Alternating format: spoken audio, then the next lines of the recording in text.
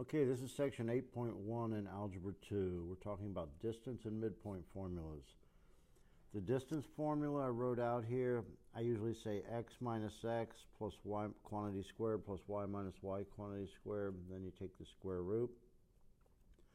They use subscripts. I tend to not use subscripts. Just be consistent when you're doing these. Whatever x you start with, you have to start with the same y.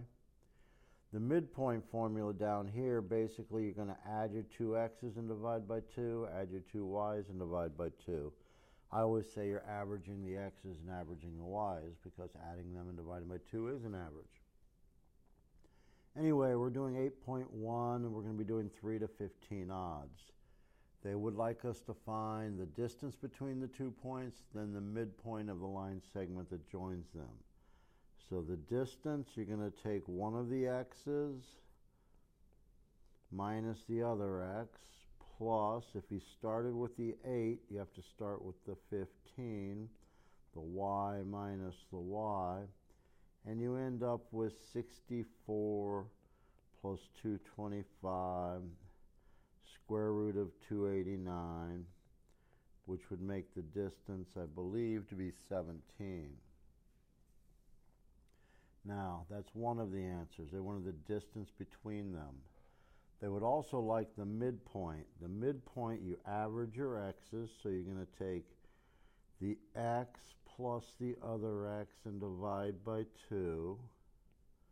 And you're going to take your y's, add your y's together and divide by 2.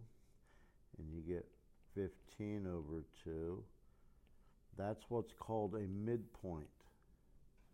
So that's halfway between them, between the two endpoints.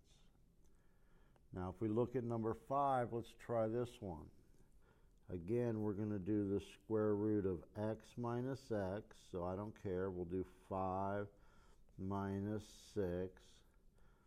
If you start with the 5, you also have to start with that y value, so negative 4 minus the 6, right? Y minus y and x minus x. So you get negative 1 squared plus, that looks to be negative 10 squared. So that's 1 plus 100, which I think would make this distance for number 5 be, let's see what we have here. We have y minus y. Hold on a moment.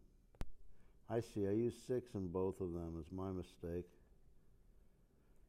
I have an x minus x if I'm starting with the 5. Now I have to do y minus y, but if I started with the 5, what y do I have to start with? Negative 4 minus the other y, which is 6. So it's the x that's messed up, y minus y. And it's x minus x. So it looks to me like that'd be 25 plus 100, making it the square root of 125, or 25 times 5, which makes it into 5 radical 5 for my distance. To find the midpoint, you average your x's. In other words, add the two x values. So you do 5 plus 0, and that would be over 2. And then you're going to do your x's, average your y's. So you're going to take your negative 4 and add the 6, so you get 2 over 2, which is 1. So your midpoint should be 5 halves, comma 1. On number 7, again, we're going to do the distance. We're going to do x minus x. So if I start with the 6, I minus the other x. But if I start with the 6, I have to also start with this y value to be consistent. Negative 5 minus the other y value, which is negative 1. So that's 4 squared, which is 16. That's, let's see, negative 5 plus 1 is negative 4 squared, which is also 16. So you get the square root of 32, or 16 times 2, which makes this into 4 radical 2 for the distance. Number 7, 4 radical 2 is correct. Now to find the midpoint, you would average the x's. Add the x to the other x and divide by 2. Add the y to the other y and divide by 2. That's 8 over 2, which is 4. That's negative 6 over 2, which is negative 3. And that would be the midpoint for number 7.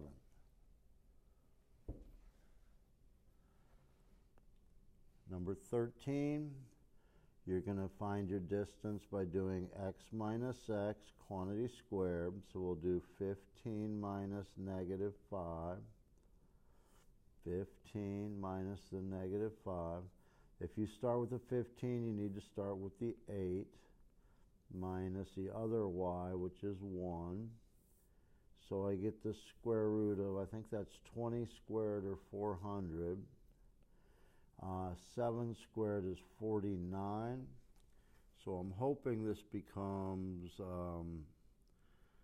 449 square rooted, which I think 4 goes into there, I hope. 4 times, let's see, it doesn't go into there. Let's see what we have. So apparently it doesn't simplify. It just stays as the square root of 449 as the distance. Now how could I find the midpoint? I would average them, right? So I'm going to average my x's and average my y's. So if I average them, that means add them and divide by 2. So I'm going to add these and divide by 2. Then I'm going to add the y's and divide by 2. So what do I have for a midpoint? I think that's 10 over 2, which is 5. 10 over 2, which is 5.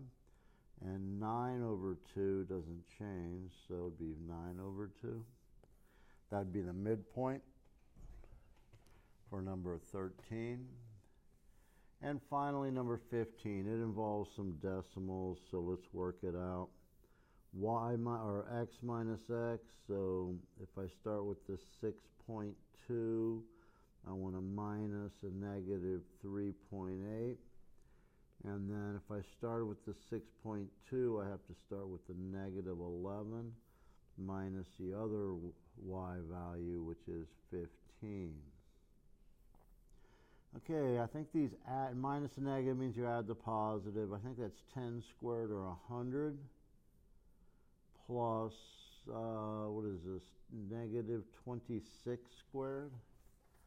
Looks to be negative 26 squared, so I'm going to punch that in my calculator.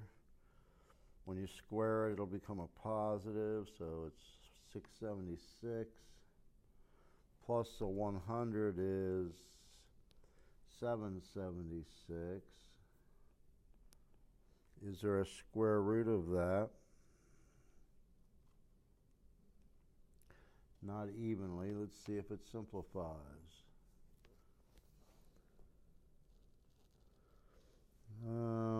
So I think 4 must go into it.